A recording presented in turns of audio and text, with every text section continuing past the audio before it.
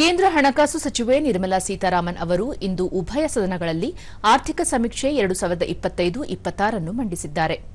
ಇದರ ಅನ್ವಯ 2026 ರ ಆರ್ಥಿಕ ವರ್ಷದಲ್ಲಿ ದೇಶದ ನೈಜ ಜಿಡಿಪಿ ಶೇಕಡಾ 7.4ರಷ್ಟು ಬೆಳೆಯುವ ಅಂದಾಜಿದೆ ಮತ್ತು 2027 ರ ಹಣಕಾಸು ವರ್ಷದಲ್ಲಿ ಬೆಳವಣಿಗೆಯು ಶೇಕಡಾ 6.8 ರಿಂದ 7.2 ರ ನಡುವೆ ಇರುವ ಸಾಧ್ಯತೆಯಿದೆ. ಆರ್ಥಿಕ ಸಮೀಕ್ಷೆಯ ಪ್ರಕಾರ 2026 ರ ಹಣಕಾಸು ವರ್ಷದಲ್ಲಿ ಭಾರತದ ಆರ್ಥಿಕತೆಯು ಬಲವಾದ ಬೆಳವಣಿಗೆಯ ಆವೇಗವನ್ನು ಕಾಯ್ದುಕೊಂಡಿದೆ. ಮೊದಲ ಮುಂಗಡ ಅಂದಾಜುಗಳ ನೈಜ ಜಿಡಿಪಿ ಬೆಳವಣಿಗೆಯನ್ನು ಶೇಕಡಾ 7.4 ರಲ್ಲಿ ಇರಿಸುತ್ತವೆ. ಭೂ ರಾಜಕೀಯ ಉದ್ವಿಗ್ನತೆಗಳು, ಪ್ರಮುಖ ಆರ್ಥಿಕತೆಗಳಲ್ಲಿ ವ್ಯಾಪಾರ ಅಡಚಣೆಗಳಿಂದ ರೂಪುಗೊಂಡ ಜಾಗತಿಕ ಆರ್ಥಿಕ ಪರಿಸರವು ಅನಿಶ್ಚಿತವಾಗಿಯೇ ಉಳಿದಿದೆ ಎಂದು ಸಮೀಕ್ಷೆಯು ಎತ್ತಿ ತೋರಿಸಿದೆ. ಜಾಗತಿಕ ಚಟುವಟಿಕೆಯು ಅಲ್ಪಾವಧಿಯಲ್ಲಿ ಸ್ಥಿತಿಸ್ಥಾಪಕತ್ವವನ್ನು ತೋರಿಸಿದೆ.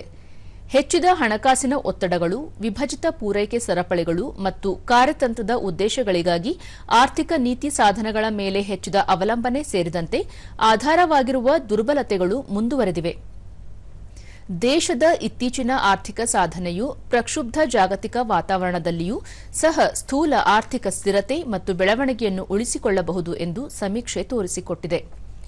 ಕೃಷಿ ಮತ್ತು ಸಂಬಂಧಿತ ಸೇವೆಗಳು ಈ ಸಾಲಿನಲ್ಲಿ ಅನುಕೂಲಕರ ಮುಂಗಾರು ಮಳೆಯಿಂದಾಗಿ ಶೇಕಡಾ 3.1ರಷ್ಟು ಬೆಳೆಯುವ ನಿರೀಕ್ಷೆಯಿದೆ. ಪ್ರಮುಖ ಸಿಪಿಐ ಹಣದುಬ್ಬರವು ಶೇಕಡಾ 1.7ಕ್ಕೆ ಇಳಿದಿದೆ ಎಂದು ಸಮೀಕ್ಷೆಯು ಹೇಳಿದೆ. ಇದು ಮುಖ್ಯವಾಗಿ ತರಕಾರಿ ಮತ್ತು ಬೇಳೆಕಾಳುಗಳ ಬೆಲೆಗಳಲ್ಲಿನ ತಿದ್ದುಪಡಿಗಳಿಂದ, ಅನುಕೂಲಕರ ಕೃಷಿ ಪರಿಸ್ಥಿತಿಗಳು, ಪೂರೈಕೆ ಬದಿಯ ಮಧ್ಯಸ್ಥಿಕೆಗಳಿಂದ ಬೆಂಬಲಿತವಾಗಿದೆ.